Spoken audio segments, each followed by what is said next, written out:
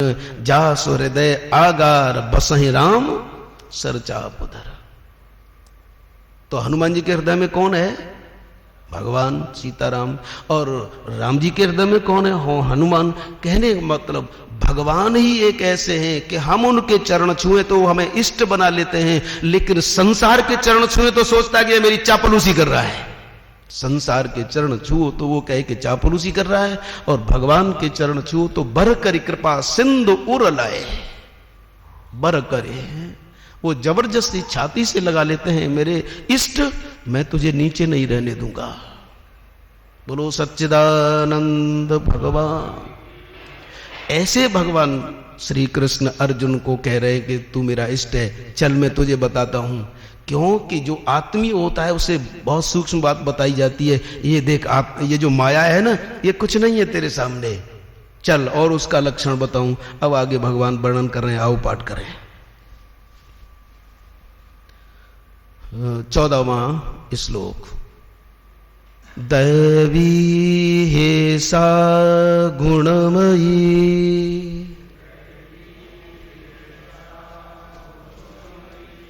मम माया दुरत्यया मामेव ये प्रपद्यन्ते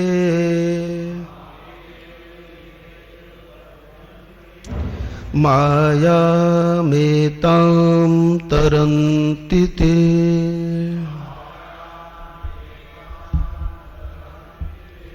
मायामेतां तरन्ति ते।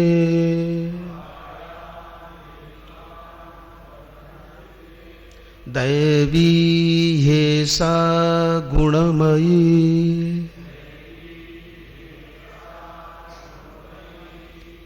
मम माया दुरत्यया मामेव ये प्रपद्यन्ते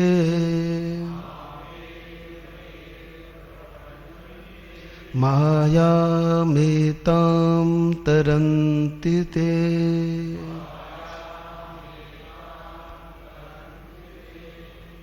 आइए मां गीता का आश्रय लें और विचार करें।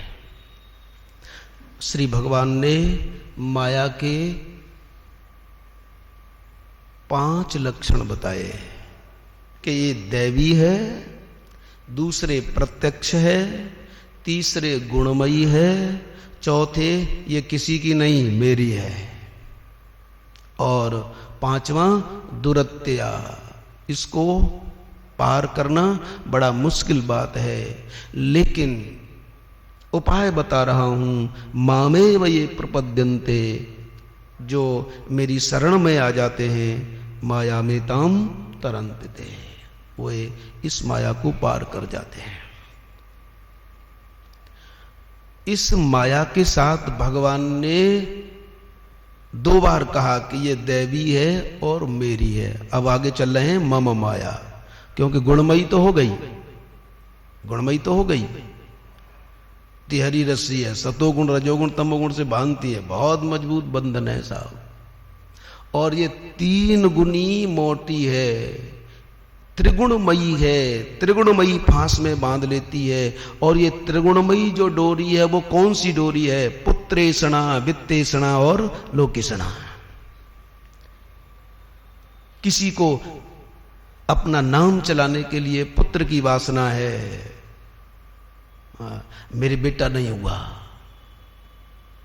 भले ही तहसील में जाके नाम कटवा दे कि पिताजी मर गए, अब हमारा नाम काट दो। तो पुत्रेषणा, वित्तेषणा, इतना होना चाहिए, धन होना चाहिए। लोकेषणा, धनी नहीं, संसार में मेरा नाम होना चाहिए। तो ये 3 गुनी मोटी है, बहुत फंसा के रखती है साहब। अब कह रहे हैं भगवान कि लेकिन ये किसकी है? बोले मेरी है, मम माया। अब विचार करो कि एक बार तो कहते हैं कि दैवी है और एक बार कह रहे हैं कि मेरी है। अब किसकी है ये? एक बार तो कह रहे हैं कि दैवी है और फिर कह रहे हैं कि मेरी है। तो देव को भी समझना पड़ेगा और जो कह रहे हैं उनको भी समझना पड़ेगा। जो इस समय कह रहे हैं कि मेरी है, और इन्होंने ही कहा कि ये दैवी है, और वही कह रहे हैं कि मेरी है, इसमें थोड़ा ने सावधान होकर के बैठना पड़ेगा साहब। इसलिए मेरी समझ में आती है, केवल 3 बार नाम ले लो, श्री राम जय जय राम।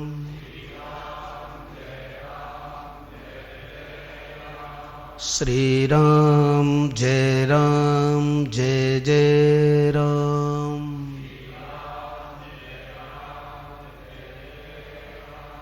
श्री राम जय जय राम।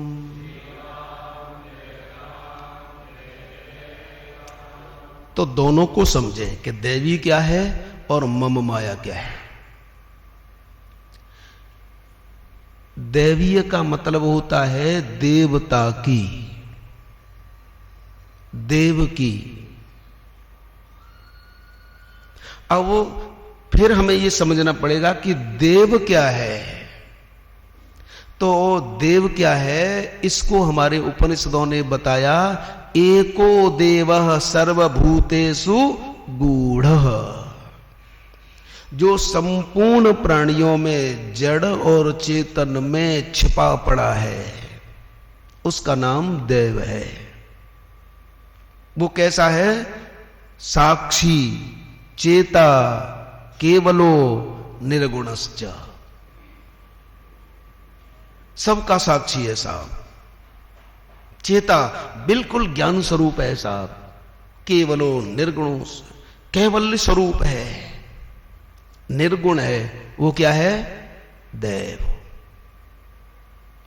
तो दैवी माने वहां निर्गुण निराकार परमात्मा की तरफ संकेत है, सगुण निराकार परमात्मा की तरफ संकेत है। लेकिन जो मम माया बोलता है, जो भी से वह कह रहा है, बोले तेरे रथ पर जो मैं सगुण साकार होकर के बैठा हूं वो सगुण साकार, यानी ये माया किसमें है? परमात्मा में। सही है कि अध्यस्त है? कल्पित ही तो है।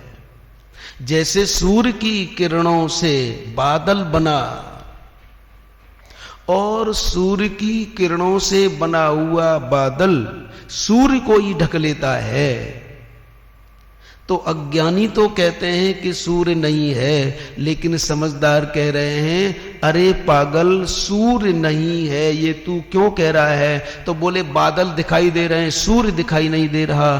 तो समझाते हैं कि पागल, बादलों को तू किसके प्रकाश से देख रहा है? बादल सूर्य नहीं है, बादल ही बादल हैं, लेकिन बादलों को भी तो तू देख रहा है किसके प्रकाश से? बोले सूर्य के। तो फिर दिखाई नहीं दे रहा लेकिन है। अब इसे और समझो, ऐसे समझो, आपने अपने सामने दर्पण रखा, चिंतन क्या करना है कि ये दैवीय भी है और मम्माया भी है। अरे थोड़ा क्लिष्ट सा है, लेकिन धीरे धीरे अभ्यास बढ़ जाएगा। शास्त्र सुचिंतित पुण्य पुण्य। अरे एक बार हलवा नहीं बनेगा, बिगड़ जाएगा, बेसन नहीं बनेगा, बिगड़ेगा, बार बार बनाओ तो बन जाएगा। हाँ, कोई बात नहीं, एक बार समझ में नहीं आएगी, 2 बार समझ में नहीं आएगी, लेकिन समझने की चीज तो यही है। सुबह बात चल रही थी जहां हम ठहरे हैं कि अधिकांश मनोरंजन होता रहा है कथाओं में, और मुझसे भी कहा था कि बाजार में जा रहे हो, थोड़ा मनोरंजन ज्यादा होने लगा कथा में। तो मैंने तो कह दिया था कि वैद्य रोगी के अनुसार दवाई नहीं देगा, वैद्य अपनी समझ के अनुसार दवाई देगा। यदि रोगी के अनुसार दवा देने लगे तो फिर तो गया कम से। सचिव वैद्य गुरु तीन जो प्रिय बोले भयास, राज धर्म तन तीन कर होय बेगी। तो मैंने तो निश्चय कर लिया कि मैं रोगी के अनुसार दवा थोड़ी ही दूंगा, हमें तो देनी है साहब। तो थोड़ी कड़ूगी लगेगी, कुनैन थोड़ी कड़ूगी लगेगी, लेकिन रोग वही दूर करेगी साहब। इसलिए दैवी क्या है और मम माया क्या है? आपको मैं सत्य बता रहा हूं, मेरे ऊपर तो बस गीता जी की कृपा है साहब, और अपने आप कृपा कर दिया इन्होंने तो। और गीता एक ऐसा फीता है कि आप संपूर्ण शास्त्रों के सिद्धांत को नाप सकते हो। गीता एक ऐसा फीता है जो संपूर्ण शास्त्रों के सिद्धांत को आप नाप सकते हो। भगवान की वाणी है। तो आ जाओ, दर्पण आपके सामने है। दर्पण में आप देख रहे हैं, तो दर्पण आपके सामने है, तो उसमें क्या दिखाई देगा? आपका मोह। दर्पण में आपका मोह दिखाई देगा। ये दर्पण फिर क्या है जिसमें आपका मोह दिखाई दे रहा है? ये दर्पण माया है। और माया भी कौन सी? अनादि अविद्या। ये दर्पण जिसमें तुम अपना चेहरा देख रहे हो, दर्पण माने अनादि अविद्या। और उसमें जो दिखाई दे रहा है वो क्या है? आपके मुख का प्रतिबिंब। और आपका मुंह क्या है? बिंब। जो दिखाई दे रहा है वो क्या है? प्रतिबिंब। और जिसका ये प्रतिबिंब है मुंह, वो क्या है? बिंब। दिखाई किसमें दे रहा है? दर्पण में। दर्पण क्या है? अनादि अविद्या। कैसे दिखाई दे रहा है? दर्पण के ऊपर धूल जमी हो तो नहीं दिखाई देगा। अच्छा, दर्पण तो आपके सामने हो लेकिन आंख में रोशनी नहीं हो तो दिखाई नहीं देगा। तो दर्पण में हमारा प्रतिबिंब दिखाई दे, हमारा चेहरा दिखाई दे, इसके लिए आवश्यक है कि दर्पण भी साफ होना चाहिए और दृष्टि भी होनी चाहिए। दोनों है ना? दर्पण भी साफ होनी चाहिए, अपने पास दृष्टि भी होनी चाहिए। अच्छा, दर्पण तो है, साफ है, आपके पास दृष्टि भी है, लेकिन घोर अंधेरा है। गए काम से? फिर भी गए साहब। तो अब कैसे दिखाई दे? दर्पण भी साफ हो, उस पर रज नहीं हो, दृष्टि भी हो और प्रकाश भी हो, तब कुछ हो। तो इस दर्पण में जो हमारा चेहरा दिखाई दे रहा है, यह जो अनादि अविद्या रूपी दर्पण है, जिसमें हम अपना चेहरा देख रहे हैं, बिना प्रकाश के दिखाई नहीं देगा। और प्रकाश भी दोनों होने चाहिए साहब। ये जो सूर्य का भी प्रकाश और अपनी आंखों में भी रोशनी, तब कहीं दिखाई दे। रज बिल्कुल हट जाए। मुकुर मलिन अरु नयन विहीना, राम रूप देखें किमे दीना। गोस्वामी जी ने भी कितना बड़ा वेदांत कह दिया साहब एक ही उसमें। मुकुर मलिन, चेहरा ओ दर्पण गंदा, आंखों में रोशनी नहीं, तो राम रूप देखें किमे,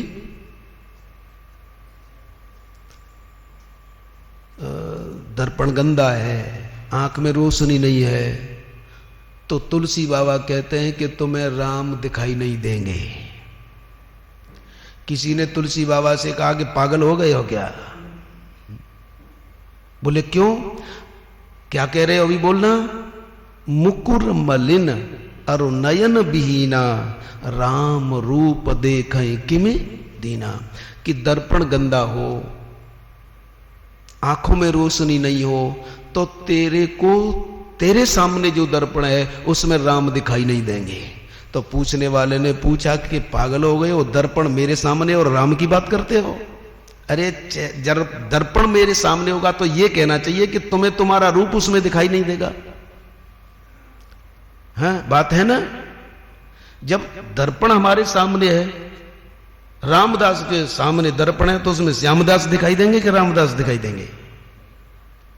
तो तुलसी बाबा से किसी ने कहा कि लगता है कि तुम पागल हो गए हो, दर्पण हमारे सामने है और बात राम की कर रहे हो। तो तुलसी बाबा ने संकेत दिया, पागल, राम में और तेरे में अंतर नहीं है, सोते ताय तो ही नहीं भेदा। या तो अपने को जान ले या परमात्मा को जान ले, दोनों में से किसी एक को जान लेगा तो दोनों का ज्ञान हो जाएगा, क्योंकि दोनों एक ही हैं। इसलिए हमारे उपनिषदों की भाषा है तत्त्वमसि। खैर यहीं आ जाओ, क्योंकि देवी और माया पर फिर बह जाएंगे कहीं के मारे कहीं। तो देवी, एक देवी क्यों है और ये माया क्यों है? तो अब हम दर्पण में चेहरा देख रहे हैं। अनादि अविद्या अध्यस्त है। किसमें अध्यस्त है? जिसमें जीव, ईश्वर और जगत कोई भी भेद नहीं है। जिसमें जीवगत, ईश्वरगत और जगतगत, जीव, ईश्वर और जगत, इन तीनों का भेद जिसमें नहीं है, उस शुद्ध चेतन में अविद्या जो है वो अनादि अविद्या अध्यस्त है। और उसे ही कहते हैं दैव। दैव किसे कहते हैं? जिसमें न जगत का भेद है, न ईश्वर का भेद है, न ईश्वर, जीव और जगत तीनों का जिसमें भेद नहीं है, वह शुद्ध चेतन है। उस विशुद्ध चेतन में ये अनादि अविद्या अध्यस्त है। और उस अनादि अविद्या के, उस अनादि अविद्या के सतोगुण रूपी प्रकाश के कारण हमारे मुख का प्रतिबिंब उसमें दिखाई देता है, क्योंकि देवी ये सा गुणमयी, क्योंकि इसमें सतोगुण है, प्रकाश भी है। तो अनादि अविद्या का जो सतोगुण है, जो प्रकाश है, उसके कारण हमें दर्पण में अपना चेहरा दिखाई देता है। और यदि उस पर रजोगुण आ जाए, धूल आ जाए, तो दिखाई नहीं देता। और घोर अंधेरा हो जाए तो फिर भले ही चाहे अव्यक्तम व्यक्तिमापन्यम मन्यन्ते माम बुद्धय परम भावम न जानन्तो। तो अब ये जो दर्पण में हमें दिखाई दे रहा है अपना चेहरा, तो जो दिखाई दे रहा है बिंब, अपना मुंह, और प्रतिबिंब जो दर्पण में दिखाई दे रहा है, इस प्रतिबिंब को ही हम शास्त्र की भाषा में जीव बोलते हैं। मेरी समझ में नए नए भी जो सीख रहे होंगे हाथ हो जाना चाहिए। वैसे आगे आगे तो वृद्ध वृद्ध व्यंग जो बैठे हैं, ये तो पहले के ही साहब पूरे। तो ये जो दर्पण में हमें दिखाई दे रहा है, जो प्रतिबिंब, उसी को बोलते हैं जीव। और शास्त्र की भाषा में बोल तो इसे कह देंगे चिदाभास। शास्त्र की भाषा में जैसे हर एक डिपार्टमेंट के अपने अपने कोड वर्ड होते हैं ना, जैसे अब मेडिसिन वाले हमारे सामने बैठे हैं साहब, तो अलग अलग, जैसे डॉक्टर दवाई लिखते हैं तो क्रॉस का निशान लगा देते हैं, या ये कोई प्रचालक हैं तो वो तो खग जाने खगई की भाषा पढ़ते रहो। तो अलग अलग जो विभागीय शब्द होते हैं, तो हमारे अध्यात्म शास्त्र वेदांत दर्शन के अनुसार उसे बोलते हैं चिदाभास। गारंटी की बात है, 4 बात सुनो और न जान जाओ तो इस बात की गारंटी है। तुमने कठोर समझ रखा है उसे। दुनिया में यदि कोई सरल विद्या है तो वो अध्यात्म विद्या है, लेकिन हमने कठोर मान लिया है साहब। हाँ, अपनी विद्या को हमने कठोर मान लिया है। हाँ? जो अपनी विद्या है उसे मान लिया कि ये तो बड़ी दुरू है साहब।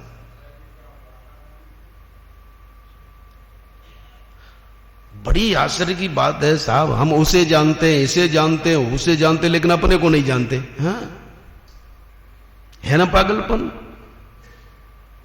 उसे जानते हैं, बोले उसे भी जानते हैं, उसे भी जानते हैं, बोले अपने को जानता है। बोले मैं तो हूं, अपने को क्या जानूंगा। बोले पागल, ये जो कह रहा है ये तू नहीं है। खैर चलो, अभी आती है बात। तो ये जो दर्पण में चेहरा दिखाई देता है, जो प्रतिबिंब दिखाई देता है, उसे बोलते हैं जीव, और वेदांत की भाषा में चिदाभास। अब ये जो दर्पण में आपको अपना चेहरा दिखाई दे रहा है, जो प्रतिबिंब दिखाई दे रहा है, क्या अपने को जानता है?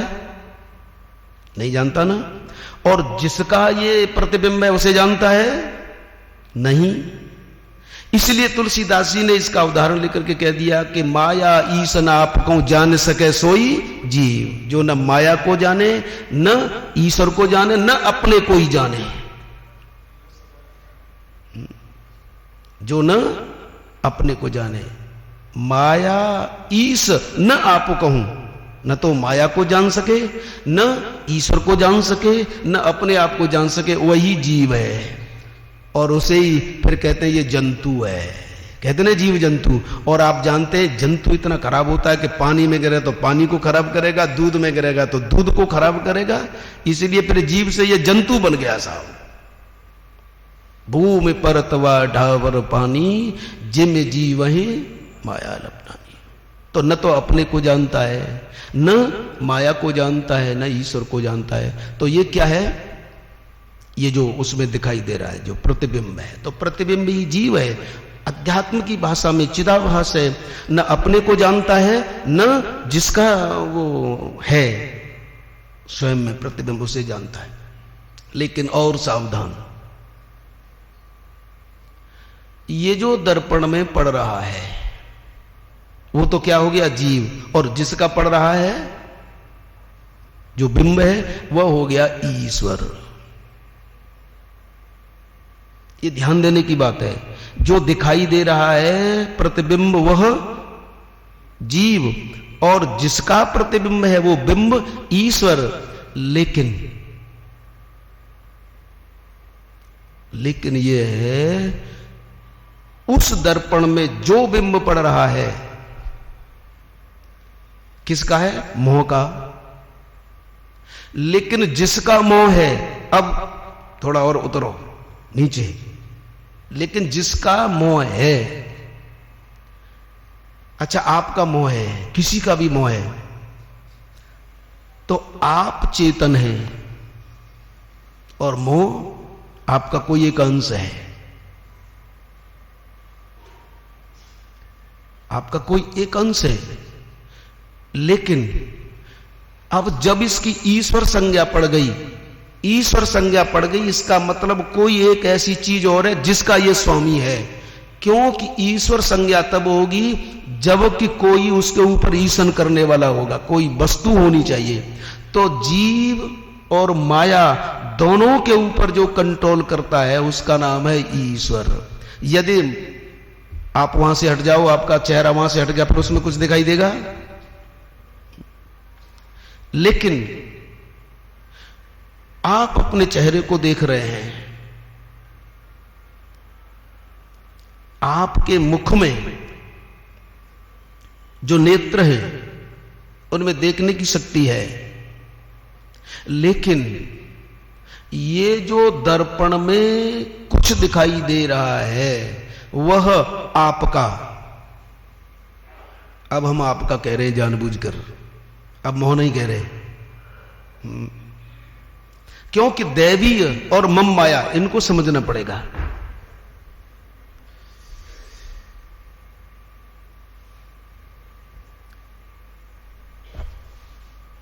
श्री राम जय जय राम।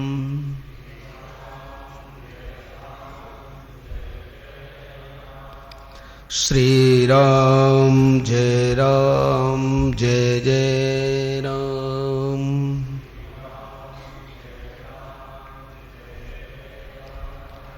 श्री राम जय जय राम।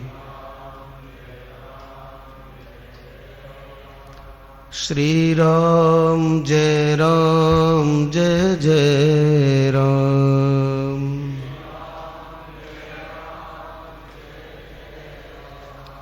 श्री राम जय जय राम।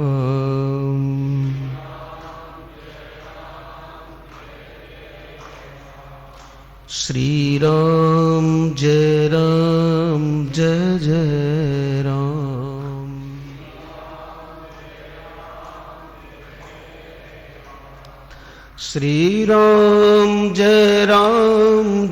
जय राम।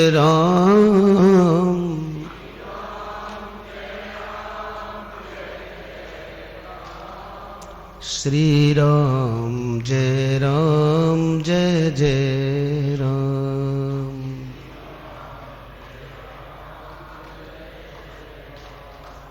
श्री राम जय जय राम।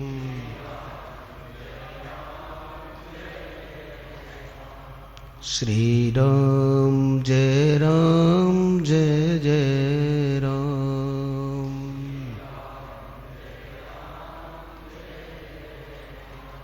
श्री राम जय जय राम।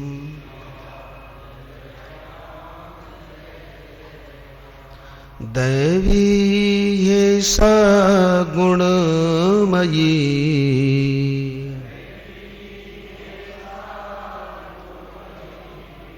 मम माया दुरत्यया।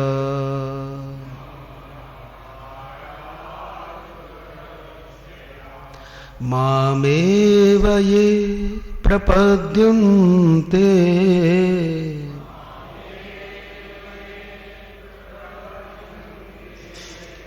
मायामेतां तरन्ति ते।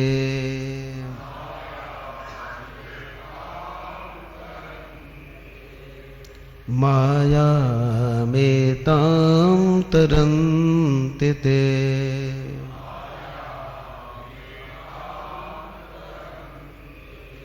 मायामेतां तरन्ति ते।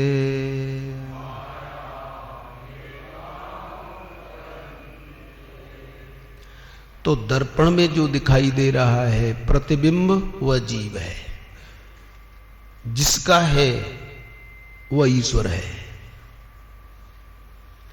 किंतु आप विचार करें कि प्रतिबिंब जो दर्पण में दिखाई दे रहा है, बिंब जिसका दिखाई दे रहा है, एक चीज और है जो इन दोनों में अनुगत है। एक चीज और है जो दोनों में अनुगत है, अनुस्यूत है। क्योंकि वह दोनों में अनुगत है, अनुस्यूत है, ओतप्रोत है। उसको ही देव बोलते हैं और आपकी भाषा में, अध्यात्म की भाषा में उसे साक्षी बोलते हैं। आपकी अध्यात्म भाषा में उसे साक्षी बोलते हैं, जो मुख और मुख के प्रतिबिंब में अनुगत है। तो जो साक्षी है, क्योंकि दर्पण में जो आपका चेहरा दिखाई दे रहा है, किसका दिखाई दे रहा है? आपके मोह का। और आपका मोह आपका जडांश है, चेतनांश नहीं है, हैं? आपका जडांश है। क्योंकि जो उस परमात्मा का जडांश है उसे अपरा प्रकृति बोलते हैं, और जो चेतनांश है उसे परा प्रकृति बोलते हैं। तो वही साक्षी देव कहा जाता है। तो जो मुख और उसका जो प्रतिबिंब है, यानी बिंब और प्रतिबिंब दोनों में जो अनुगत है, उस साक्षी को ही देव बोलते हैं। तो उसकी दृष्टि से तो ये माया दैवीय है, क्योंकि उसी में अनादि रूप से अध्यस्त है। लेकिन ये जो मुख है बिंब, उसे ईश्वर बोलते हैं। तो ईश्वर की दृष्टि से वो मम माया है, साक्षी की दृष्टि से तो वो दैवी है, और ईश्वर की दृष्टि से वो मम माया है। और न मानो तो भगवान श्री कृष्ण अर्जुन कहते हैं ईश्वरो अहमं भोगी सिद्धो हम बलवान सुखी। जो आसुरी भाव के लोग कहते हैं ना, कि आसुरी भाव के जो लोग कहते हैं कि ईश्वरो अहमं भोगी, अरे वो तो वैसे ही कहते हैं, लेकिन वास्तव में तो ईश्वर मैं ही हूं। ईश्वर सर्वभूतानां हृदय से अर्जुन तिष्ठति भ्रामयन् सर्वभूतानि यंत्रारूढ़ानि माया। तो उस साक्षी देव के कारण जो दोनों में अनुगत है वो देव है, लेकिन वही जब सगुण निराकार सगुण साकार हो जाता है, ईश्वर है, उसकी दृष्टि से कह रहे हैं मम माया। और दोनों की दृष्टि से होना चाहिए कि नहीं होना चाहिए? दैवी की दृष्टि से भी होना चाहिए और ईश्वर की दृष्टि से भी होनी चाहिए। इसलिए जो भगवान ने प्रतिज्ञा की थी, ज्ञानम ते हम सविज्ञानमिदं वक्ष्यामि अशेषतः, मैं पूर्ण रीति से बताऊंगा कि यज्ञात्वा ने भूयो यज्ञातव्यम अवशिष्यते। तो उस अनादि अविद्या के सतोगुण के कारण तो प्रकाश होता है, और उस प्रकाश के कारण वो दिखाई दे रहा है साहब। लेकिन उस अनादि अविद्या का जो रजोगुण है, जो भगवान में, भगवान कहो, ब्रह्म कहो, परमात्मा कहो, जो तुम्हारी राजी में आए वो कहो। हमारे वेदांत में अद्वैत ही है, लेकिन जिन्होंने द्वैत मान लिया वहां लातमार होती है साहब। अच्छा, आपकी दांत से आपका जीव कट जाए तो दांत को तोड़ दोगे? लातमार कहां होगी जब द्वैत मान लिया जाएगा। असावधान हो गए साहब, भोजन खाते खाते ज्यादा शायद रसगुल्ला अच्छे दे दो, जल्दी हो गई साहब, दांत से जीभ कट गई। अब दांत से जीभ कट गई तो फिर क्या करोगे? दांत को तोड़ोगे? क्यों नहीं तोड़ोगे कि वो भी अपना और वो भी अपना। इसीलिए सारा समाधान तो अद्वैत में है साहब। द्वितीयाद वही भयम। तो सतोगुणी माया का ये सब खेल, ये। लेकिन अब उस जो मेरी माया है, जो देवी माया है, और जो मुझ में उस साक्षी चेता केवलो निर्गुणस्य में ये जो अध्यस्त है, उस माया के रजोगुण के द्वारा, क्योंकि उसमें अपना बल नहीं है, ये और ध्यान देना है। ये जो अविद्या है ना, अनाद अविद्या, इसमें अपना बल नहीं है, ना निज बल ताके, अपना बल नहीं है। बोले मया अध्यक्षेण प्रयते सूयते सचराचरम, वो मेरी अध्यक्षता में काम करती है, मेरी सत्ता से काम करती है। मीटिंग में अध्यक्ष नहीं हो तो पहले आप मीटिंग करते हैं तो पहले कहते हैं ना अध्यक्ष होना चाहिए साहब, हाँ, तब आपकी सभा चले। और अध्यक्ष टेसूजा बैठा है साहब कुर्सी पर, वो कुछ करता है? कहो ईमानदारी से, अध्यक्ष टेसूजा बैठा है, करता कुछ नहीं है, लेकिन काम सब हो रहे हैं। ऐसे मया दक्षिण प्रकृति सूयते सचराचरम। अच्छा, अध्यक्ष की परिभाषा बता दें संस्कृत के अनुसार, चलो वो भी सुन लो। अधीसु अक्षिणी यस्य स, अध्यक्ष का मतलब होता है अधीसु। अब धी, जिनमें बुद्धि है वो धीवान, और जिनमें बुद्धि नहीं है लग रहे हैं सब साहब काम से और खुद बैठा है। अब आप समझ गए क्या? अब इसे तो क्लियर मत करवाओ साहब। अब तो आराम से बैठा है लेकिन और लग रहे हैं। ऐसे ही वो बैठा है, टुकुर टुकुर सब लग रहे हैं साहब। ये सारा का सारा मया दक्षिण प्रकृति सूयते सचराचरम हेतु नानेन कौन्तेय जगद विपरिवर्तते। अध्यक्ष है, करता कुछ नहीं है, लेकिन नहीं होगा तो काम कुछ नहीं होगा। करता कुछ नहीं है, लेकिन नहीं होगा तो सवाई नहीं होगी। वो अध्यक्ष है। तो उसी अध्यक्ष की जो ये माया है, जो मेरी माया है। भगवान कह रहे जो मेरी माया है ये मेरी है। तो इस मेरी माया रजोगुण के द्वारा सूयते सचराचरम। देखो सतोगुण के द्वारा तो प्रकाश हो गया और रजोगुण के द्वारा सूयते चराचरम, महत्तत्व से लेकर के ये आपका 3.5 हाथ का शरीर बन गया। महत्तत्व से लेकर के ये विस्तार हो गया, लेकिन खुद पट्टा बैठा कुछ नहीं हो रहा है। महत्तत्व से 3 प्रकार का अहंकार, और आगे चल करके वही सब इंद्रियों के देवता, पंचभूत, पंच तत्व, और ये दिखाई देने वाला शरीर, इंद्रियों के देवता सब बन गए। लेकिन वो किससे बने? बोले रजोगुण के द्वारा। और जो तमोगुण है, बोले तमोगुण ऐसा है कि बहुत किया, सारे दिन काम करें, फैक्ट्री में काम किया, ऑफिस में काम किया, कार्यालय में काम किया, कहीं कुछ किया, अब तो थक गए, सो जाओ, आलस। नींद आ गई, साथ जमाई आ गई, सो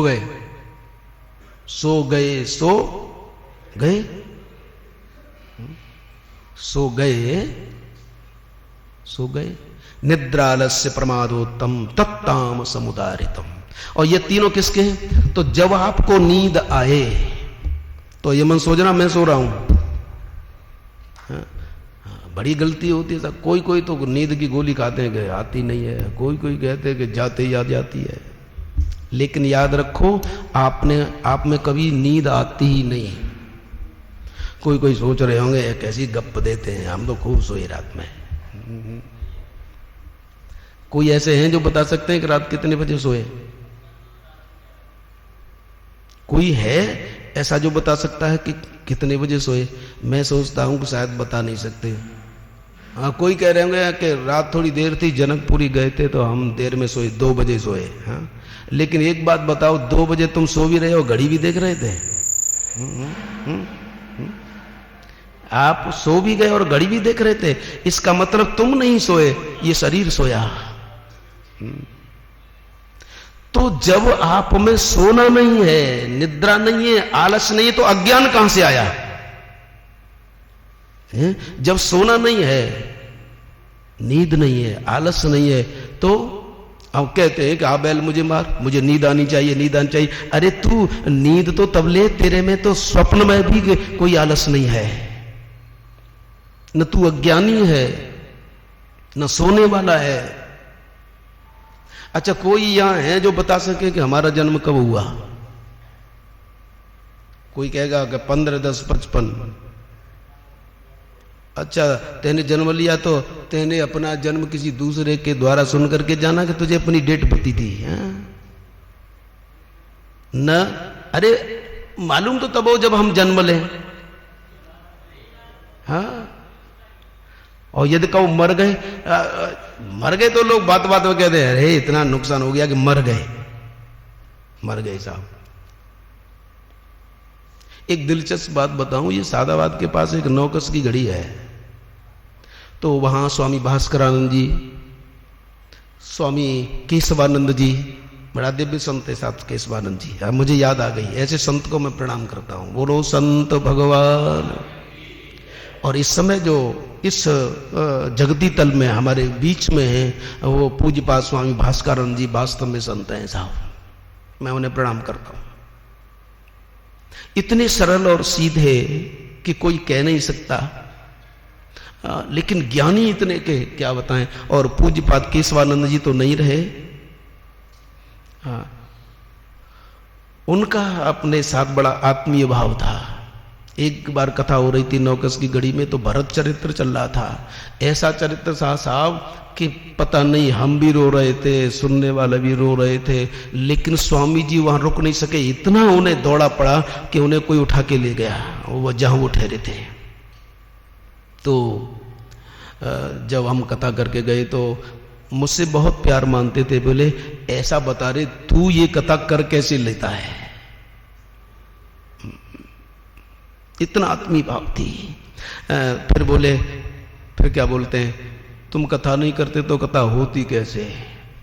हाँ, इसलिए तुम्हें थोड़ा अपने को मजबूत करके रहना पड़ता है। तो उन्होंने बताया नौकस की घड़ी की बात है कि एक बार बैठे थे हम पास, तो बोले वो मैं आपका ध्यान वहां ले जाना चाहता हूं कि मर गए, बात बात पर मर गए, घाटा हुआ तो मर गए, मुकदमा हारे तो मर गए।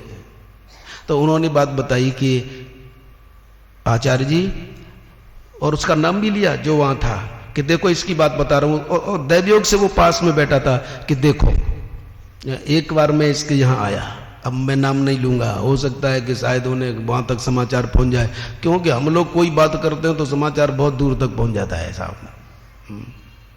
तो कहने लगे कि एक बार मैं इनके यहां आया,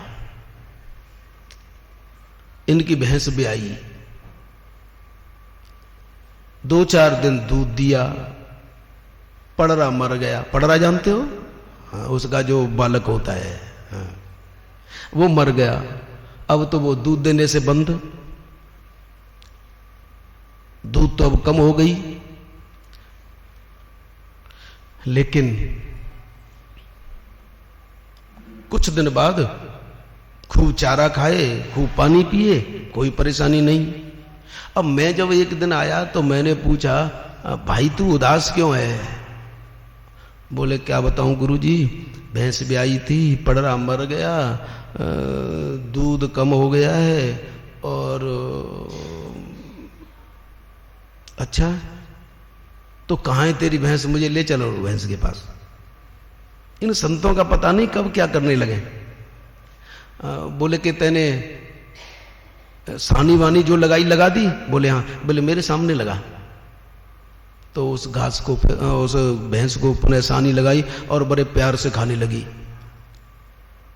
तो मैंने कहा कि देख, जिसका मर गया है वो तो प्यार से खा रहा है, तू वैसे ही है। जिसका बच्चा मर गया है, जिसका पटरा मर गया, वो तो आनंद से खा रही है, पी रही है, और तू मर गया। तो ये स्थिति है साहब, हमारी सारी घटनाएं प्रकृति में हो रही हैं और उसको लाद अपने ऊपर लेते हैं। आ बैल मुझे मार। तो दैवी है सा गुणमयी मम माया दुरत्या। श्री राम जय जय राम, श्री राम जय जय राम।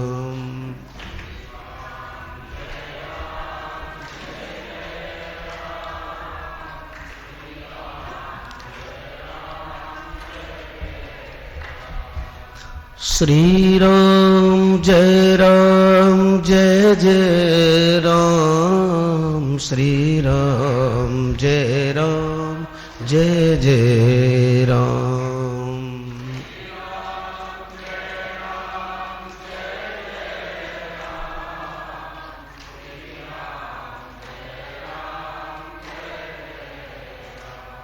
श्री राम जय जय राम, श्री राम जय जय।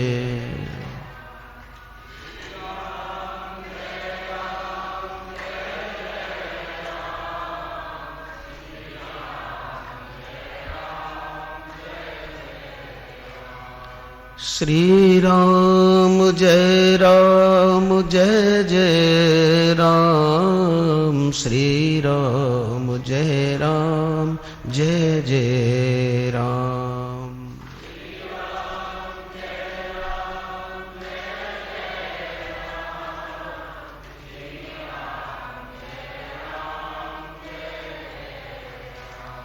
श्री राम जय जय राम, श्री राम जय जय राम।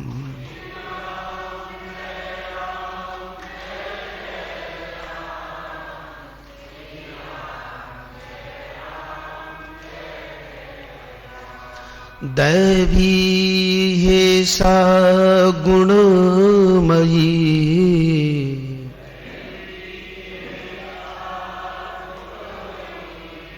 मम माया दुरत्या। दुरत्यया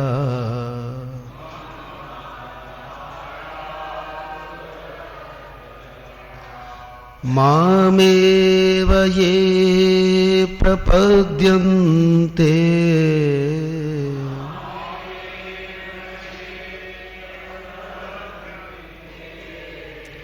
मायामेतां तरन्ति ते।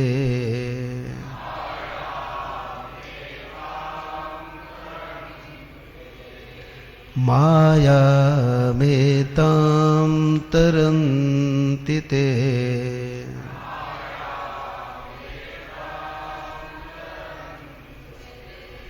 मायामेतां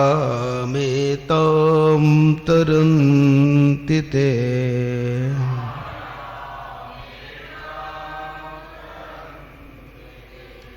मायामेतां तरन्ति ते।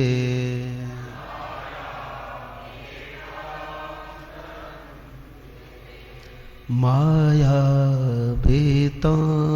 तरन्ति ते।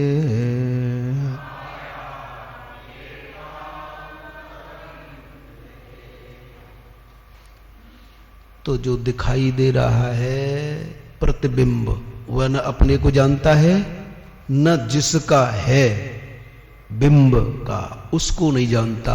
लेकिन जो बिंब है, जो ईश्वर स्थानीय है, बिंब माने ईश्वर, लेकिन जो बिंब स्थानीय मुख है वह जिसका है, तुम्हारा किसी का साक्षी, जो बिल्कुल साक्षी शुद्ध चेतन, वह उसके बिल्कुल निकट होने के कारण अपने को भी जानता है और उस प्रतिबिंब को भी जानता है। इसलिए ईश्वर अपने को भी जानता है और जीव को भी जानता है। ये इसी अध्याय के बिल्कुल अंत में कहेंगे कि मैं सबको जानता हूं। वेदाहम समतीताने वर्तमानानि च अर्जुन भविष्यानि च भूतानि माम तु वेद न कश्चन। जो हो चुके उनको, जो हैं उनको, और जो आगे होंगे उन सबको मैं जानता हूं, लेकिन मुझे कोई नहीं जानता। इसलिए कहते हैं जिनको आत्मज्ञान हो जाए उन्हें ईश्वर कोटि में भी लाते हैं, उनको कभी कभी भगवान भी कह देते हैं। लेकिन ईश्वर कोटि में कोई और सिद्धांत रखता है। हमारे यहां उसे ईश्वर नहीं मानते, लेकिन और संप्रदाय ईश्वर मानते हैं। लेकिन भगवान एक ऐसा शब्द है कि नास्तिक लोग भी भले ही ईश्वर को न माने, लेकिन भगवान जरूर रख देते हैं कि भगवान महावीर, भगवान बुद्ध। तो मम माया, ईश्वर की दृष्टि से वो मम माया है और शुद्ध चेतन की दृष्टि से देवीय है। अब इतना तो याद रहेगा ही। अच्छा, अब देखो इसके साथ मम माया के साथ दुरत्या को जोड़ दो। ये माया कैसी है? दुरत्यया। इसको आसानी से पार नहीं किया जा सकता। लेकिन मामेव ये प्रपद्यन्ते मायामेतां तरन्ते थे। हम जब पढ़ने जाते थे ना, बच्चों को सबका स्वभाव होता है साहब कि कब छुट्टी हो, कब छुट्टी हो। लेकिन सब्जेक्ट यदि समझ में आने लगता था तो कहते थे कि और पढ़ाओ और पढ़ाओ, इतना ही काफी है। खैर, आ जाइए चलते चलते। तो ये दुरत्यया है, ये दुरत्यया है। इसको बड़ी आसानी से पार नहीं किया जा सकता। क्यों बड़ी अटपटी है। अब देखो, भगवान कह रहे हैं मेरी माया है और मेरी माया के तीनों गुण कार्य कर रहे हैं, लेकिन जीव अहंकार विमूढ़ात्मा करता है मिति मन्यते। अहंकार के कारण। और ये अहंकार किसकी रचना है? माया की। माया की रजोगुणी शक्ति जो है, महत महत से अहम। तो बोले ये अहम अहम, बहुत से सोचते हैं कि ये अहम भी उसी का दिया हुआ है ना, ये प्रकृति का अंश है साहब। ये शुद्ध चेतन में तो केवल कुछ नहीं, ज्ञप्ति मात्र है। अब करती है प्रकृति, प्रकृति क्रियमाणानि गुणै कर्माणि सर्वश अहंकार विमूढ़ात्मा करता हमिति मन्यते। अब इसे ऐसे समझो, थाली, थाली में जल बाहर रखा है, सूर्य चमक रहे हैं, सूर्य का प्रतिबिंब अब थाली में पड़ रहा है। अचानक हवा चली, पानी हिलने लगा, पानी हिलने लगा, तो कह रहे हैं कि अब जो नादान बालक होगा वो कहेगा कि सूर्य कप रहा है, सूर्य कप रहा है। लेकिन जो समझदार होगा वो कहेगा अरे पागल, सूर्य नहीं कप रहा है, जल हिल रहा है। तो हिलते हुए जल में, हिलते हुए जल में जो प्रतिबिंब दिखाई दे रहा है सूर्य का, तो हिलते हुए जल में वो प्रतिबिंब हिल रहा है, और उस प्रतिबिंब को देख करके नादान बोलता है कि सूर्य कप रहा है। ऐसे ही जो नादान है वो कहते हैं, वो नहीं जानते, जैसे नादान नहीं जानता कि जल में कंपन हो रहा है, जल में कंपन होने के कारण प्रतिबिंब कांप रहा है, और कांपते हुए प्रतिबिंब को देख करके नादान कहता है सूर्य हिल रहा है। ऐसे ही ये जो जितने भी नादान हैं, क्रिया सारी हो रही हैं माया में, ये प्रकृति में, लेकिन कहते हैं कि परमात्मा कर रहा है। उसके गुण, उसके दोष वहां लगा देते हैं। ये मेरी दुरत्य माया है, क्योंकि दिखाई कुछ दे रहा है और है कुछ। ऐसा ये प्रत्यक्ष तो है, लेकिन दिखाई कुछ दे रहा है और है कुछ। लेकिन मामेव ये प्रपद्यन्ते माया में ताम तरन्ते, किंतु मेरी शरण में जो आ जाते हैं, मेरे पद को जो पकड़ लेते हैं, अब वो इसको पार हो जाते हैं। अब इस दृष्टि से भगवान की शरण होना क्या है? कोई बात नहीं, अभी छुट्टी होने वाली है, लेकिन इंपॉर्टेंट विषय है साहब, इसलिए लेकिन इस दृष्टि से भगवान की शरण होना क्या है? बाद में पछताते हैं लोग कि पढ़ लेते तो अच्छा होता। पछताते हैं कि नहीं? ध्यान रखना, इधर से इधर ऐसे वैसे न तो कोई सुनने वाला होगा न सुनाने वाला होगा। ये ऐसी परंपरा चली आ रही, बिगड़ती जा रही है साहब, बिगड़ती जा रही है। इसलिए मेरा ये विचार है, हम सब आप लोग मिलकर के एक ऐसा संगठन बनाएं कि यत्र तत्र सर्वत्र इसका प्रचार जरूर करें, गीता सिद्धांत का, भागवत सिद्धांत का प्रचार जरूर करें। मिलकर के सब कुछ कर सकते हैं, क्योंकि संगे शक्ति कलौ युगे, आज पीढ़ी बराबर विकृत होती जा रही है। इसलिए मिलकर के ऐसा विचार करें कि बहुत सहजता से वो चले ये। इसलिए मिल बैठ करके विचार जरूर करेंगे 2-3 दिन में कि कैसे आगे बढ़े, कैसे आगे बढ़े। ये चलना चाहिए। तो ये मामेव ये प्रपद्यन्ते, माया में तम तरन्ते, जो मेरी शरण ग्रहण कर लेते हैं। तो मेरी का पहले अब दैवी दृष्टि से आओ।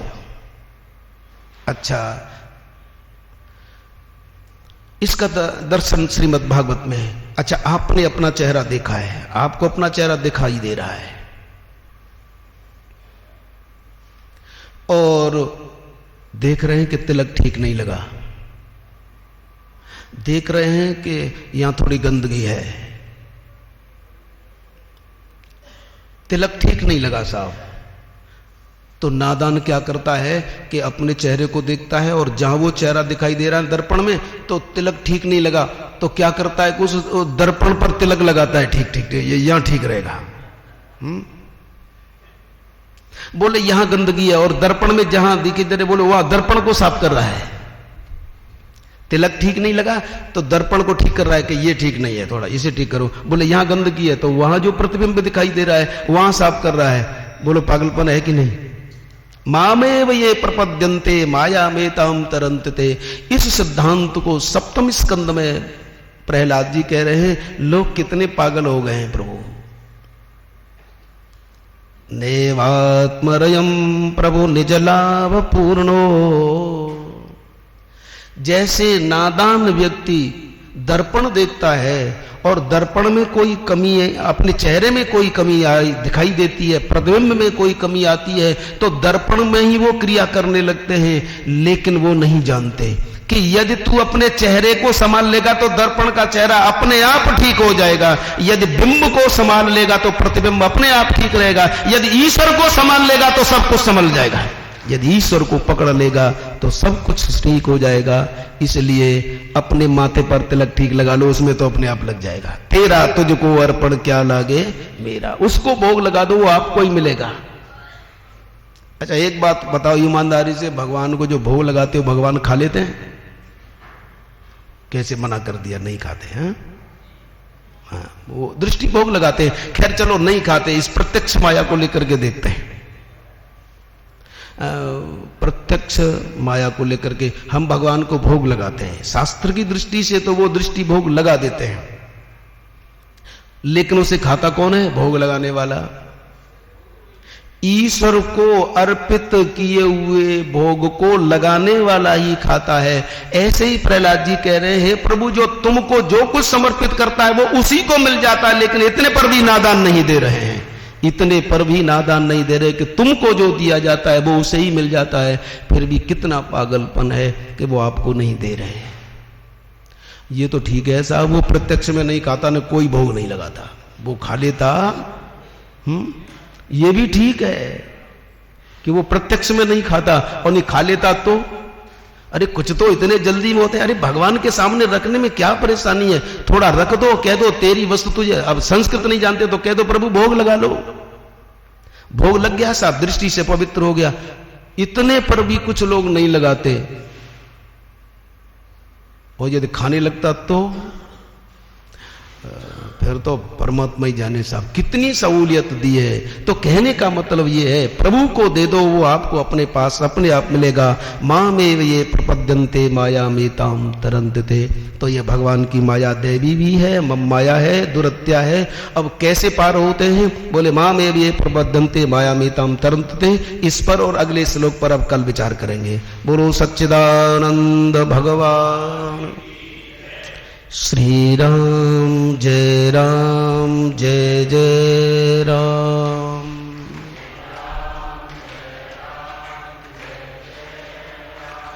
श्री राम जय जय राम।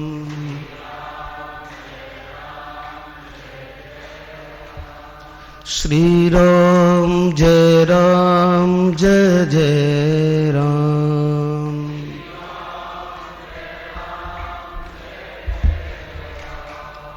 श्री राम जय जय राम।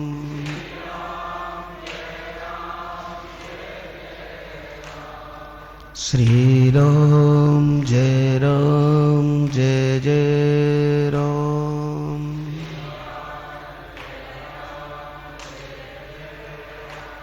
ओम पूर्णमदः पूर्णमिदं पूर्णात् पूर्णमुदच्यते पूर्णस्य पूर्णमादाय पूर्णमेवावशिष्यते। ओम शांति शांति शांति।